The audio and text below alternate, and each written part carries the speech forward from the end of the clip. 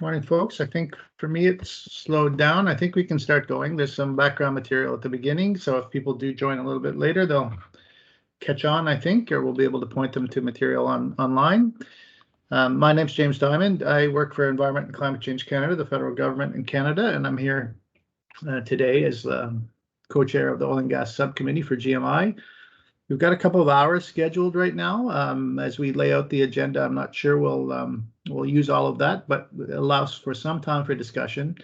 Although as we've sketched out the meeting, there'll be some interactive portions of the meeting with regard to collecting information from participants, and that may suffice, or we'll see if it points us to some discussion during this meeting or follow up. So the next slide will talk about the rules of engagement for the meeting. So I'd ask everybody, please mute your microphone, camera on or off, depending on how your internet connection works. So certainly if we do have the opportunity to enter into some conversations later, I hope everybody's able to connect through the camera and allow us to introduce ourselves better. But we would encourage you throughout the meeting to use the chat pane. So that will be monitored throughout. And we'll be able to catch questions or interventions and draw attention to that as needed at the appropriate time. I'd also encourage you to use the raise your hand button as a way to get attention if you've got some questions or interventions to make as we run through the presentation. You can see an email at the bottom of this slide, asg@globalmethane.org. So if you need to get some help, you can reach there too. Next slide, please. In terms of the agenda for today, I'm only going to speak for another few seconds. Then we'll turn it over to Monica to review GMI activities and highlights, bringing everybody to the same page in terms of what has happened over the years with GMI and how the organization is structured. Then we'll turn to Denise to bring together some interesting perspective on what's going on internationally, and ultimately this agenda today will point to that concept of international oil and gas activity around methane, what's happening, who's doing it, and help us understand and explore and ultimately structure what we think should happen with GMI and the Oil and Gas Subcommittee in particular. So this year has been interesting year from so many perspectives. So certainly with the pandemic, we are reaching out to you in ways that we might not otherwise have, but it's become commonplace now and allows us to bring together a larger group of people from across the world. And today, as we'll see on the next slide, we're circling the globe, I think, today in terms of participation. So as we finalize the agenda, then we'll turn back to the exploration of what we'll do with the Oil and Gas Subcommittee this year. So, speaking of dogs, that's mine. So let's see what's happening. In terms of participation today, I just wanted to particularly welcome the delegates to the Oil and Gas Subcommittee. So the structure of the committee is very open. But the delegates to the committee are focused on country representation. So, and in particular today, I believe we have participation coming from Chile, from Colombia, from the European Commission, Indonesia, Nigeria, and the United Kingdom. So with that, I'll turn it to Monica, and she'll, I think, use some of the same map material to show what GMI has been up to. Thanks. Thank you, James. Well, welcome everyone. Good morning, good afternoon, good evening to all. And it's so wonderful to see everyone virtually, some familiar faces and some newer faces. So this is really exciting. My name is Monica Shimamura. I am the director of the GMI Secretariat, or the Global Methane Initiative Secretariat. And welcome to our Oil and Gas Subcommittee meeting virtually. Hopefully we'll see you in person soon, but for now it's virtual. So I'm just going to talk a little bit about GMI overall, as James had said. So next slide, please. So as many of you know, GMI is a voluntary international public-private partnership. And our goal is really to focus on reducing the barriers to recovery and use of methane as a clean energy source. GMI, though, if you look on the left-hand side of the slide, you can see that the way GMI is structured, we have a steering committee, which is like our board of directors. And right now we are chaired by Canada. And then we have 3 subcommittees, which I like to explain it as a working group, like a technical working group. And besides the oil and gas, we also have biogas and coal mine methane that we work in areas. And then related to that, we have everyone who's on the call is either a partner country delegate or a project network member. And the difference between the two is that the project network is essentially anyone that is not a country. And that is the composition of GMI. And then we also have our strategic partners. We work with a lot of different international organizations that work on methane. You can see some of those located there, the logos such as the CCAC, UNEC, the World Bank, and other organizations that we work collaboratively with and closely. And over the years, we have grown to 45 partner countries. We have more than 700 project network members that we work closely with. And we represent over 75% of the total methane emissions from human activities. So the countries represent that proportion. Next slide, please. So this slide discusses GMI has been around since 2004, and we've done so much since then. We've accomplished a lot of activities, a lot of tools. One of our great accomplishments is that we have reduced more than 450 million metric tons of CO2 equivalent of methane emission reductions through different projects that we have worked on or touched. And to give this a perspective, it's approximately 51 billion gallons of gasoline consumed. So that just gives you a bit of a comparison. Also, since 2004, another thing that we do quite a bit is we host different activities. We've worked in 70 different countries and hosted different activities where we've trained approximately 50,000 people, which is equivalent to over 225,000 hours of training on different tools and webinars and different capacity building exercises throughout the year since 2004. And you can just see our work is increasing. So I think it's really valuable that we continue. There's a lot more work to be done. So I think this just kind of shows you what we have been doing and in a snapshot. So next slide, please.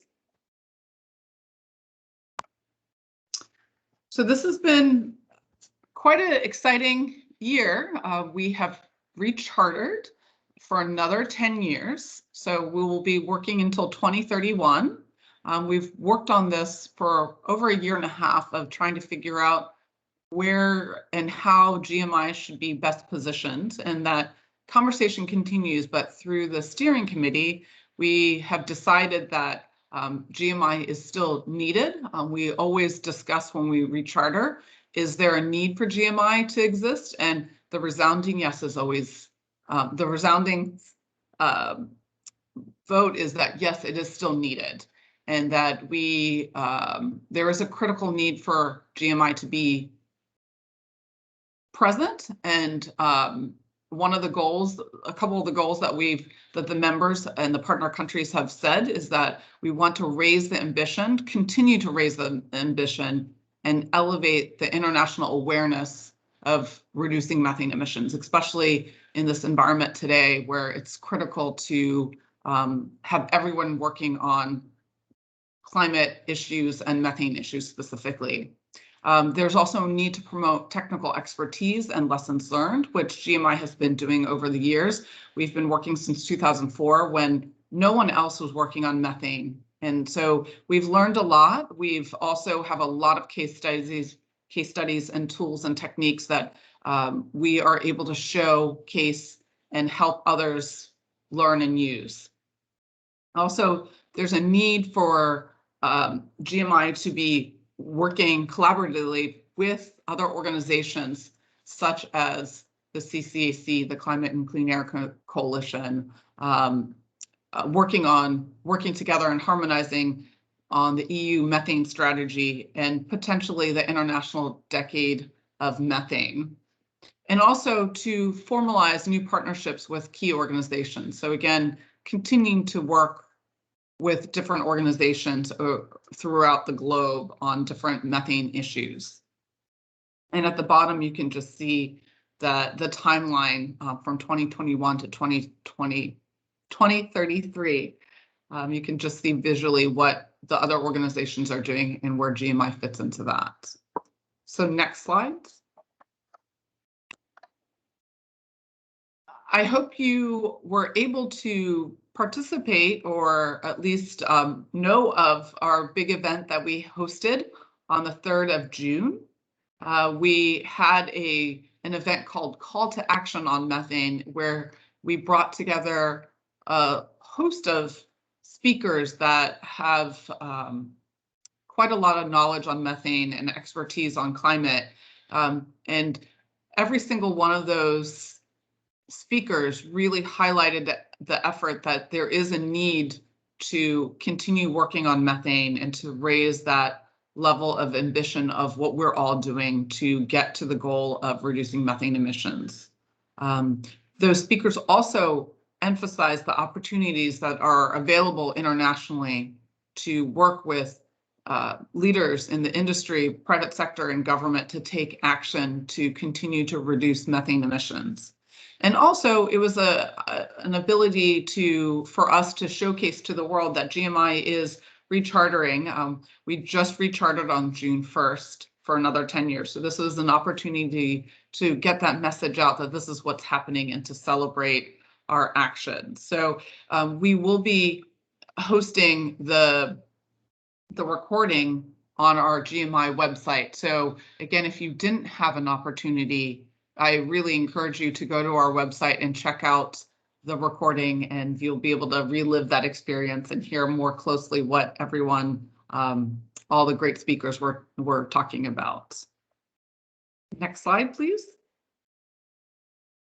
Oh, and so again, my name is Monica, and I really appreciate the time that you've taken to listen and participate on this call. I will encourage you to reach out to me if you have any questions on GMI. That's why I am here, to talk to you and to answer any questions. And now I will turn it over to Denise Mulholland from the U.S. Environmental Protection Agency to speak to you on the next portion. So Denise.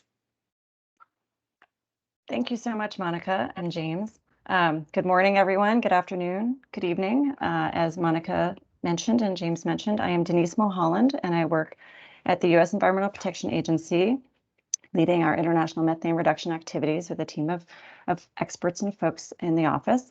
And I'm also the U.S. delegate to the GMI Oil and Gas Subcommittee. So what I'd wanted to talk about today was, before we dig into, talking about GMI activities and our action plan, I thought it might be helpful to just step back and take a look at the landscape of who's all out there in this space and working on oil and gas methane management. As Monica said, GMI started this in 2004, and at that time we were really, GMI was it, right? And so since then, though, there are a lot more organizations and stakeholders have gotten much more involved, which is great. And so it's good to, I think, look at that and then be thinking through, okay, there's a lot of work to be done. Who's doing what, where are areas of expertise, and how can we complement each other's work effectively and not duplicate it. So why don't we turn to the next slide, please? I just wanted to share with you this kind of a high level schematic that's something that actually we used internally at EPA to try and educate our management, our incoming leadership, in terms of what's going on out there and who's involved and who are all the players. And so what you can see, the on the far left, the blue box for the Global Methane Initiative, which is hosted by the US EPA in terms of running the Secretariat, you know, there are a lot of other organizations. Certainly we have, Economic Commission for Europe runs the UNEC group of experts on gas. The World Bank has the World Bank Global Flaring Reduction Partnership. The United Nations Environment Program has the Climate and Clean Air Coalition. World Economic Forum hosts the Oil and Gas Climate Initiative. And there are some other, players that are, working on science and research, such as, Environmental Defense Fund and the International Energy Agency.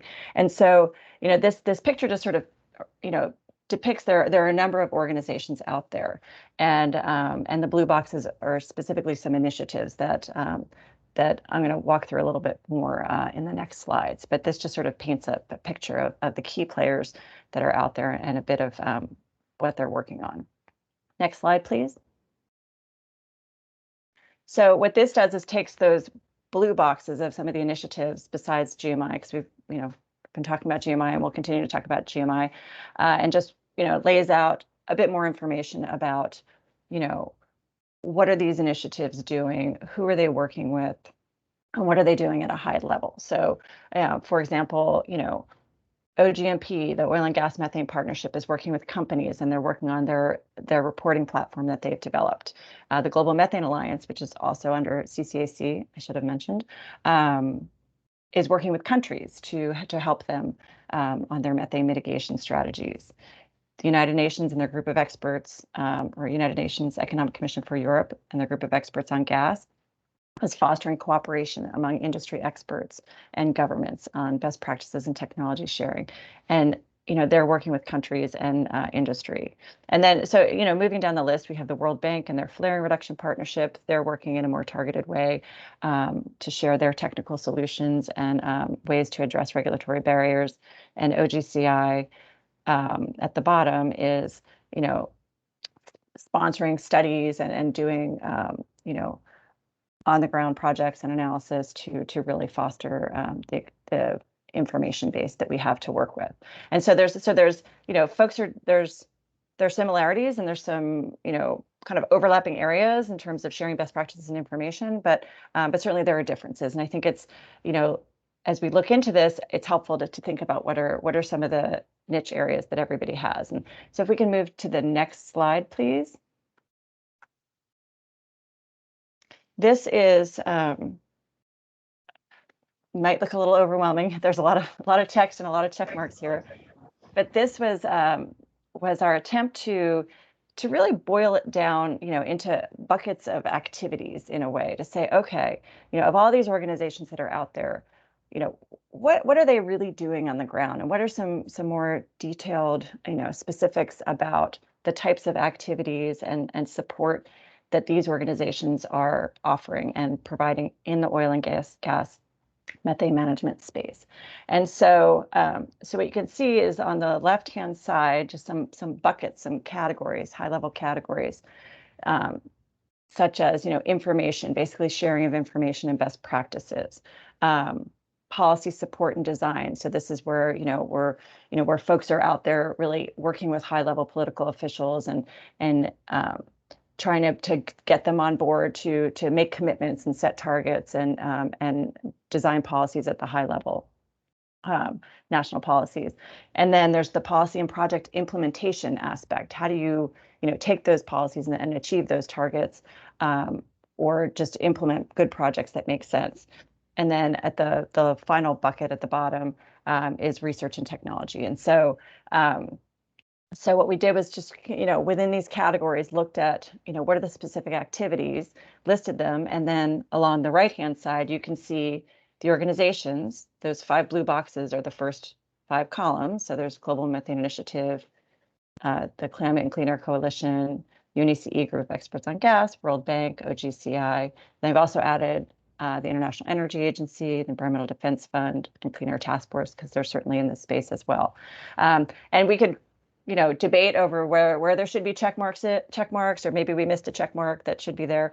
But it seemed to be a bit of a pattern, I think, emerging that maybe we can keep in mind as we're going forward, that, certainly on the information sharing side, as we looked across the organizations, everyone seems to be involved there, and that makes sense. Of course, there's lots of information to be shared, and people are sharing it based on the areas that they're working in.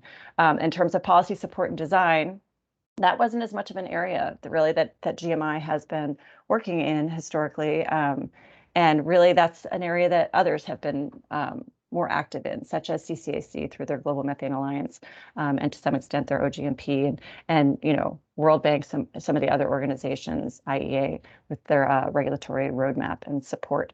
Where at GMI, you can see in the middle section, what emerged as we looked at this was really on the policy and project implementation side. So it's the on-the-ground support for implementation, for taking those policies and regulations and helping them actually get implemented, design the reporting system that you need to meet this requirement, or providing targeted technical assistance to help companies and governments and companies work together to address methane mitigation. And so the training, the study tours, the on-the-ground technical assistance for MRV, monitoring, reporting, and verification.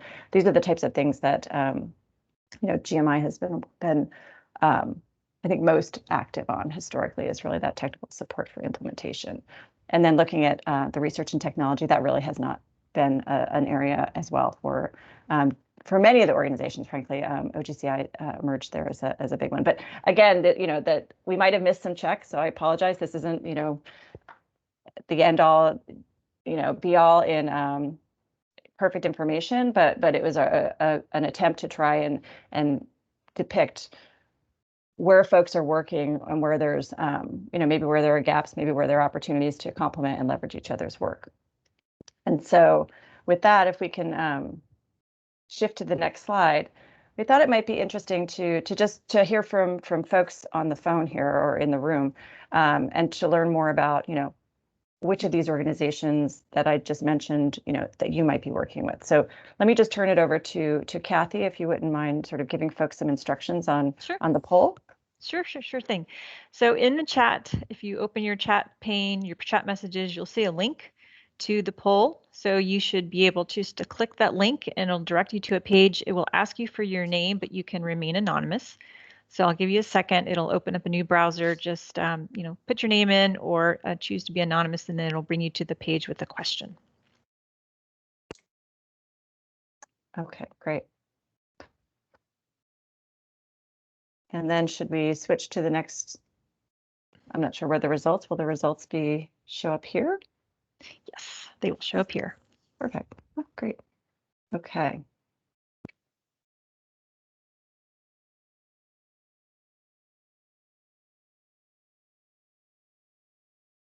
Let's give folks a minute. Sometimes it takes a minute to get through the permission pages. A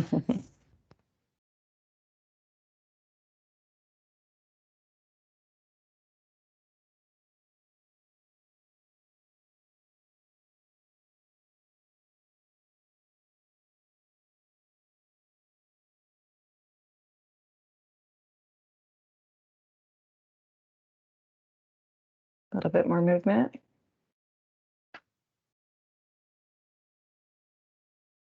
Okay. I think the numbers are, slowly a little bit maybe more evolving, but essentially it shows that certainly GMI, folks here on the phone are engaged with GMI, which would make sense since this is a GMI call.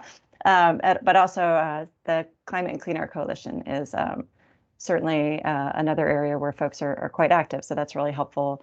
And then, of course, United Nations Environment Program looks like, so we're shifting other. It'd be interesting if folks want to put in the chat room what other organizations they're working with. That might be helpful as we make sure that we're connecting with all the right organizations. But this is helpful and this is great. And I think that it sounds like many folks will be familiar with CCAC works, and that will help us, as we move forward with our planning, to find the best ways to make sure we're complementing each other's work under the different organizations, and that there's an opportunity to engage and connect with the other organizations perhaps a bit more. So great. Okay. Well, thanks everybody for participating in that poll and giving us that perspective. And I think at this point, the next slide will help me, we'll transition back to James, where he can talk about our actions. Thanks so much. Thanks, Denise and Monica. That really sets the stage. So half an hour looking both kind of who we are as GMI and specifically as the Oil and Gas Subcommittee, and then laying out the background on which we find ourselves today, and then really today setting out where we're going to go over the next months in terms of planning what we think is important as a subcommittee. So. Really a few slides, again, talking some more history on the Oil and Gas Subcommittee specifically, and then we'll follow up on the poll that you just saw with some other questions that we'll work through together. So next slide, please. So what does it mean in terms of the contribution that the Oil and Gas Subcommittee can make?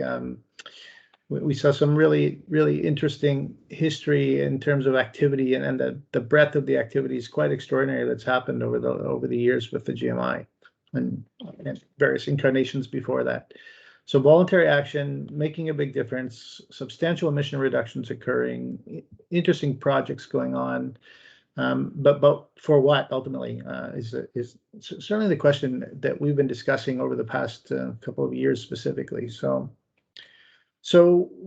the objective to reduce and eliminate emissions from oil and natural gas systems. So, and how are we doing that? So it has been through projects. It has been collaboration and bringing together a network. It's been achieved the work that has been achieved to date is about identifying and deploying technologies and practices, helping develop strategies, building capacity. So when you saw the idea that 50,000 people have been engaged in some way through GMI in learning about making emission reductions, really amazing network that's been built up.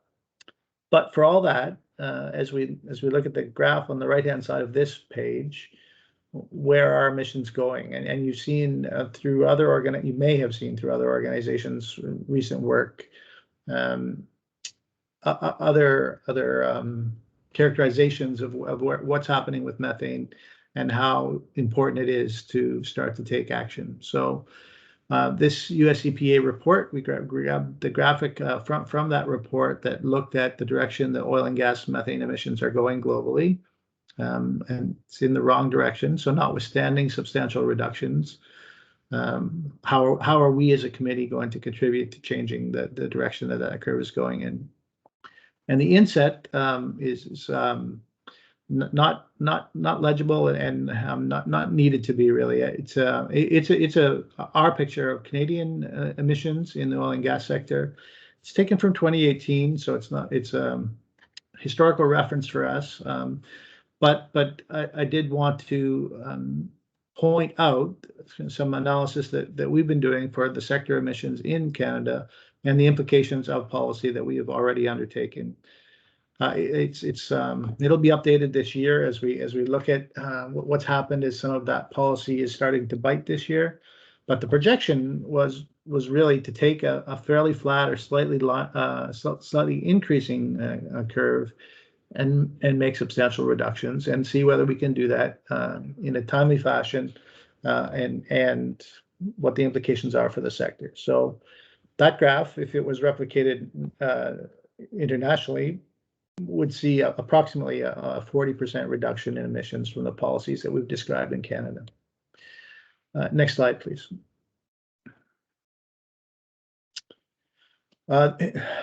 Throwing out some more numbers, really backing up some of the information that Monica presented. So what has happened in terms of oil and gas activity? So partnership activities, building relationships.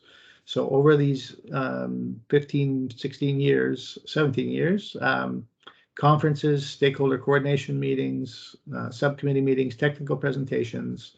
So connections being made, capacity building, information sharing. So setting up a website, information and other outreach efforts, and workshops and trainings specific to building capacity. Again, very substantial. And assessments work. So you'll see this language come up again as we talk about the strategy. And I think the question for this group is what words should we show up in the strategy as we lay it out for the next few years? So assessments, identifying opportunities for emission reductions. So measurement studies, feasibility studies, publications, reports, tools, and models. So again, I think I'm using the word substantial too often, but really to see how much work has gone on.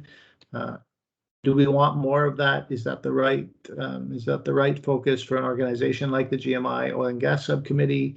What are we going to pull from this network that we've got showing up in the meeting today, and the larger network that we know is accessible through this network? Next slide, please.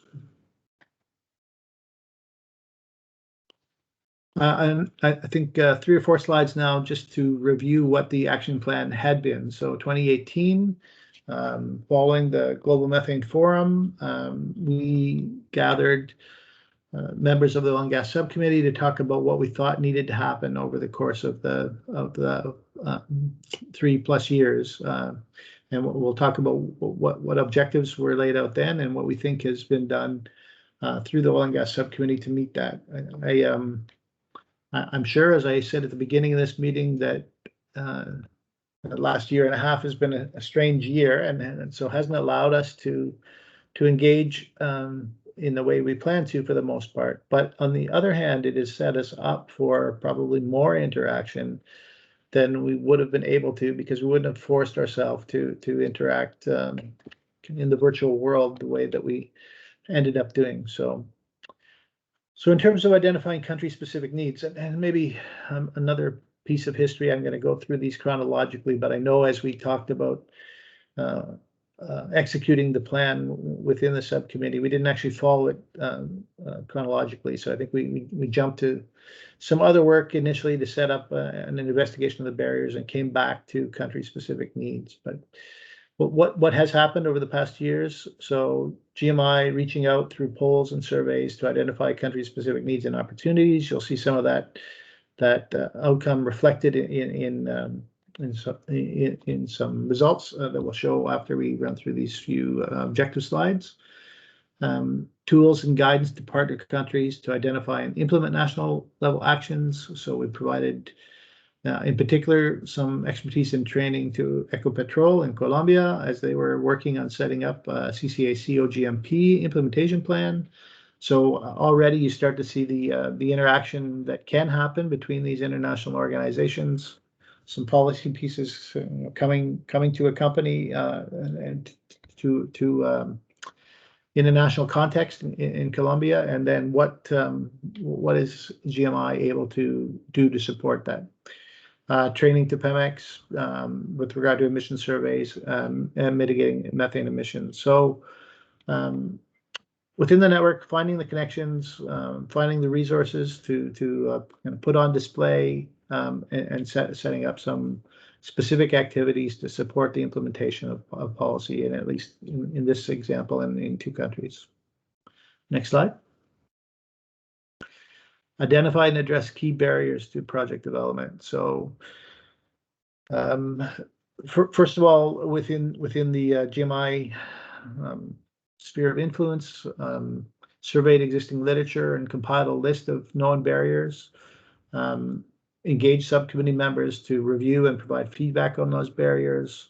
So you can see the countries that participated in that work: Argentina, Colombia, Ghana, Indonesia, Saudi Arabia, Turkey, Ukraine.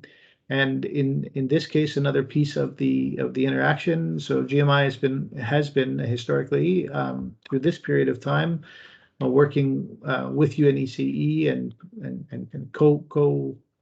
co-organizing meetings of the expert gas meeting and the GMI Oil and Gas Subcommittee, so that we could see cross-fertilization and participation as a result of holding those meetings side by side in Geneva. That would have evolved even further, I think, with a global methane forum that was planned in Geneva, but didn't emerge as planned.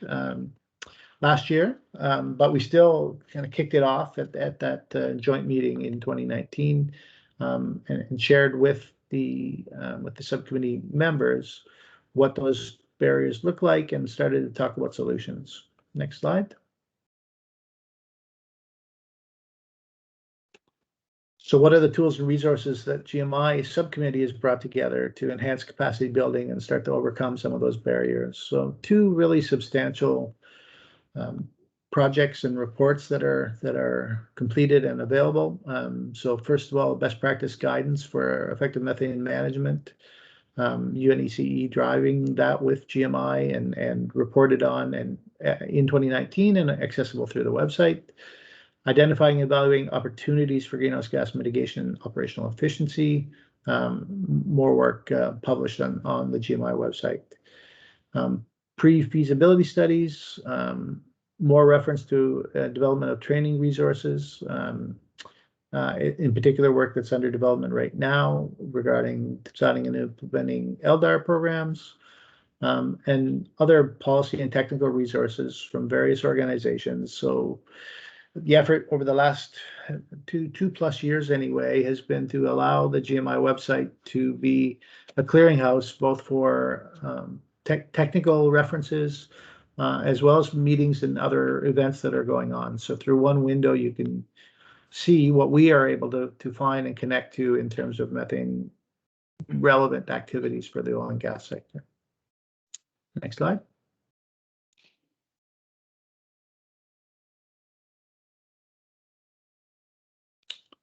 So the last objective in terms of the action plan, establish long-term relationships that promote GMI Oil and Gas Subcommittee objectives. And I'm not sure, even as we laid that out when we were describing it as part of the objectives in the action plan, where we expected that to go. But as Monica talked about the history, and as Denise showed, how much activity is going on up there, this becomes more and more relevant. And certainly as we have the conversation going forward, are we right place to contribute? So we've made the commitment now as an organization to continue and actually extend the view to the work that's going on through the decade. What does that look like in the recent history? So several meetings, subcommittee meetings, and other conferences, presentation, and stakeholder coordination meetings shared. So we're a clearinghouse again to see into the world of activity that's going on, but in particular driving that network through a series of webinars that we held. Again, not because we laid it out initially as a strategy, but in reaction to not having the Global Methane Forum. How do we connect and make ourselves relevant? In this case, it was through information presented on the website and meetings that we held through a virtual context. So effort again to confirm and reinvigorate the GMI partner countries and set ourselves up for relevance from a country perspective, and you'll see as we look at some of the survey work that we did, the difference between what it means to participate as a partner country and the relevance to policy compared to the larger network. I mentioned already co-locating with the UNECE group of experts and listserv messages to showcase the resources that we've got on the website. James, I just want to interrupt you. I think we skipped a slide. Should we go back to the objective 3? Well, did I not say that? Maybe I paused there, did I? Thank you. So a long pause where I said next slide. So this is the reference that I made then to numerous technical webinars. So maybe I said it before and after rather than pointing out specifically to what happened. So 21-22 reference that I just made, technical webinar series, methane solutions. So you can see the reference to mitigation technologies, abatement cost curves, LDAR in particular, methane emissions data, and for helping design and manage effective mitigation. So now we can skip forward 2 slides. And I would say that work has certainly been the focus, I'd say, since the GMF, the Global Methane Forum, didn't happen. It was how to connect and bringing together the network to engage through that forum through the form of the series of webinars has been the primary outcome of the work recent. So turning now to Oil and Gas Subcommittee objectives and activities for 2021 and beyond. This slide then is borrowed from the piece that Denise showed earlier, now restricted though to GMI. So the question in front of us is in these potential objectives, in these broader categories of information provision, policy support and design, policy and project implementation, and research and technology, where does GMI play? So where do we think we are now, and where do we think we should be going? So the check marks a reflection of what we think has been happening, and hopefully consistent with what you saw me describe in the activities associated with the action plan over the past 3 years and before that, really saying that we think we've been active in the information space, identifying and providing tools, data, and resources about methane mitigation. So making information accessible to our network. More than that, even in terms of number of check marks, and there's I'm sure some self policing needed in terms of what we think is going on. So even as we laid this out, it was a real challenge to describe what core activities fit in what pieces, and since it was a GMI product, we may see a bigger number here in terms of policy and project implementation. It's not a design function. It's just a brainstorming to try and present some information to this group. But really says that the policy and project implementation space is where the GMI Oil and Gas Subcommittee has been most active and successful ultimately in presenting information and building capacity. So I won't read them all, but pause to give you some time to scan it. Ultimately, the question is, where should we go with it? So I'll go to the next slide. So the next couple of slides are two. So if the prior slide was a smaller group trying to describe what we think is happening, this slide and the next one are tests of that. So within the Oil and Gas Subcommittee meeting that we held in October last year, as we laid out the suite of activities that are kind of accessible or possible through the GMI subcommittee, where should we be focusing our attention? So it was an online poll like we used earlier to see who was engaged with which organizations. This is from the broadest definition of the Oil and Gas Subcommittee, so all the project network members who are participating in that meeting, and asking ourselves, where do you as a subcommittee want to see the Oil and Gas Subcommittee acting? So and while there's a broad distribution of suggestions, 3 clearly stood out from the others, and those are to identify best practices for methane emission reductions and use, the distribution of tools, data, and resources, and building capacity to implement policies and projects. Next slide. So this represents a subset of the Oil and Gas Subcommittee now, talking only to partner countries, trying to understand, like as delegates, where would the value of the Oil and Gas Subcommittee really lie? So again, broad potential and less skewed for sure.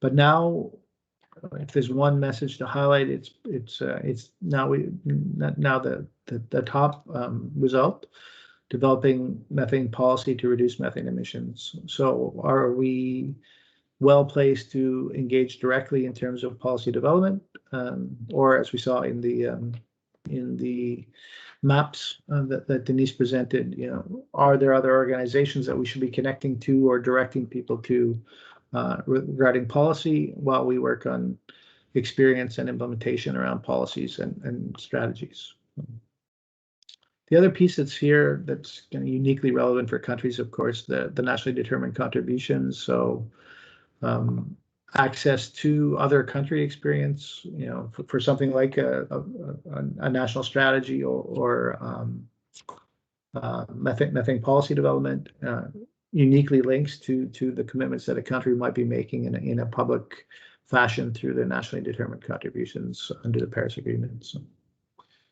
So I think that's enough. The rest really pointing to repetition, I think, maybe with the exception of the inventory, which again is a unique requirement within a country. So well, thanks. The next slide's good. So we will jump back into the poll mode right now. So I think the instructions are the same. Hopefully you should be able to link to the poll in the note that you see in the comments from Kathy.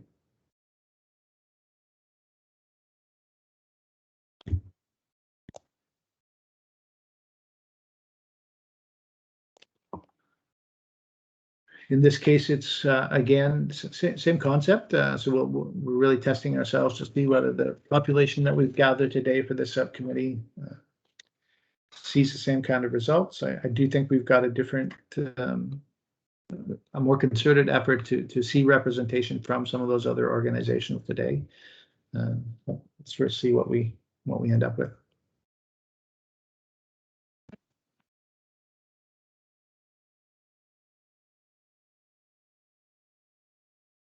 And I'm just kind of checking the numbers of what we've got. So I'm seeing, so we've got about 35 people here, including the participants from the committee itself. So.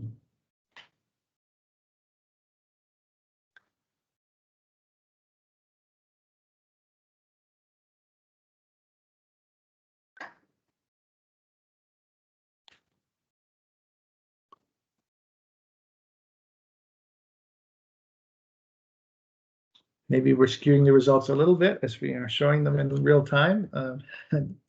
Not enough people to not see substantial changes as one click shows up, but and not the end of the conversation either. I mean, this is intended to generate some reaction today, but really sets us up for what we want to do next. So I think as that's slowing down.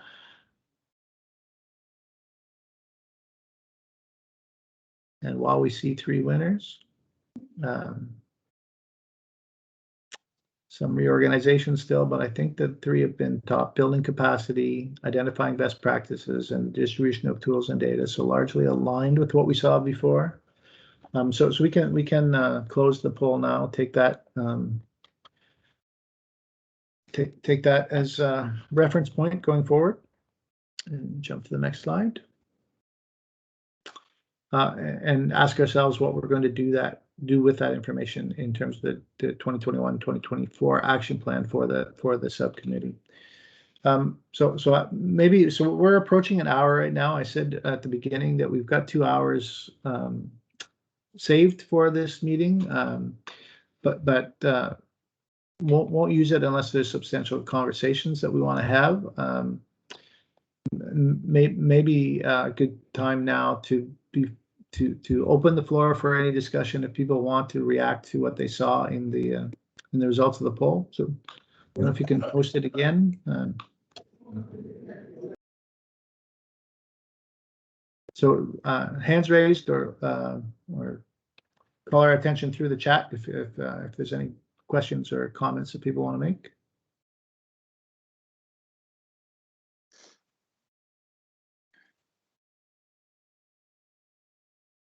But only a brief pause to keep that window, because ultimately we're not trying to decide anything today. We're just showing a process to put some points in time together and characterize what we think should happen going forward. Ultimately, if I didn't say it clearly enough at the beginning, we are in a process to work through this information over the course of the rest of the year. So if we could go forward 2 slides now, that time frame I think is outlined on that slide. Yeah. So certainly we can take the existing action plan and roll it forward. But is it sufficient right now? Have we answered some of those needs, in particular the barriers? It was an intriguing question that we tried to answer, and I'm sure it will evolve over time. But that's not what we're seeing show up when we're asking for relevance within the organization. So as we look at the provision of information, the network and sharing of experiences, that's what I think we want to now translate into specific actions for the subcommittee. So the idea is from this group and others who are unable to participate today but are interested, form a smaller working group to review the language in the action plan and work over the summer to produce a draft for a new action plan by August. With that subgroup actively participating, I think we'll be able to work through some virtual meetings over the course of the summer and emails coordinated through the Secretariat to come up with this draft action plan, ultimately meeting the needs for the steering committee and the GMI generally to be able to characterize where we think our contributions will be as a subcommittee. So we'll work through the rest of the year toward before mid-December final action plan that would then be posted on the website, and then that we would start to execute with active participation across the subcommittee. So if you're interested personally or organizationally to be part of that exercise, please follow up following this meeting with an email to the Secretariat, asg@globalmethane.org. We don't have any predefined notions for what that committee will be. Certainly relevant to have representation from a cross-section of countries, cross-section of industry. I would say from a GMI perspective, we have seen more participation in the subcommittee context from solution providers than we have from producers. And from a country perspective, probably more America-centric, but certainly making a concerted effort to see how relevant we can be in a broader context. So, thanks very much. We'll go to the next slide. So we're coming to the end of the meeting within the hour right now, unless there is some discussion. It really is our opportunity to show to you as a network, as a person who's interested in the subcommittee, what's happening in the context of GMI, what we've got laid out for this year, and what we think that's going to emerge from a subcommittee perspective, and to reinforce that we're making every effort to try to characterize the right place for GMI to be a participant in a bigger context of international activity. Several different groups are going through a parallel exercise right now. This year, I think, as we work toward COP26, fully expect to see emerge a real theme around methane emission reductions. The methane assessment from a scientific perspective that came out recently from UNEP and CCAC clearly points to an urgent need for action, and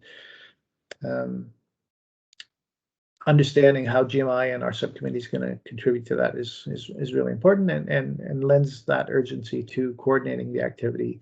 I think we saw in the initial poll quite a broad distribution of interactions going on with the participants in this meeting, at least. So if that had skewed much more significantly to one or the other, it might have presented us with the information to say clearly we've got some opportunity to build on the unique properties of the subcommittee. But I think we saw a pretty good distribution there. So now we'll use that information and build on it to set up the structure for the action plan going forward. So as we close this, identify next steps for the action plan. I think I've described that. We'll prepare a meeting summary and action items for today's discussion. So the GMI website is the panel, the window into the activities that are going on. So you can see what has happened today, point other people to it if you think they should be interested. They'd be able to see a recording of the meeting today through the website in a matter of in a short time, following some of the other work that's going on to be posted there. And then I'd say stay tuned for news and updates going on. So you already do see several oil and gas activities that are relevant for this discussion posted there for other organizations. I anticipate that we'll also build some more subcommittee webinars to continue the networking activities that have happened over the past couple of years. Next slide. I think maybe repetition as I make specific pointers to some of the opportunities that you have to engage. So I mentioned the website several times, but that's not the only place you can see GMI. So you can look across various social media platforms to see GMI. The Global Methane Challenge has been, I think, a real success for GMI to try to highlight solutions, policy solutions, technical solutions that's still there and relevant for people to look at and post to as a broader network within the subcommittee. You know, the project network membership is always open. So if you're not there, joining formally is going to connect you rather than be caught in unsolicited emails, connect you to the activities that are going on. And I made reference to the calendar that's posted there on the website as well. So with that, again, kind of final call. If there's any commentary that people have, I invite you to raise your hand now. But ultimately, this is our last slide and saying thank you for participating today. Hope the information that you see presented is useful. If you want to be kind of personally or organizationally engaged, let us know. And over the next couple of months, we'll be working through a process to right place us in the activity that's going on now and for the next few years. Monica, Denise, Kathy in particular, anything I missed there? And if not, that's good. Okay. I think we can close it down then. Thank you very much for this hour of your time. And I look forward to meeting some of you more over the next coming months if you're interested to participate. Thanks. Thank you. Thank you. Bye-bye, everybody.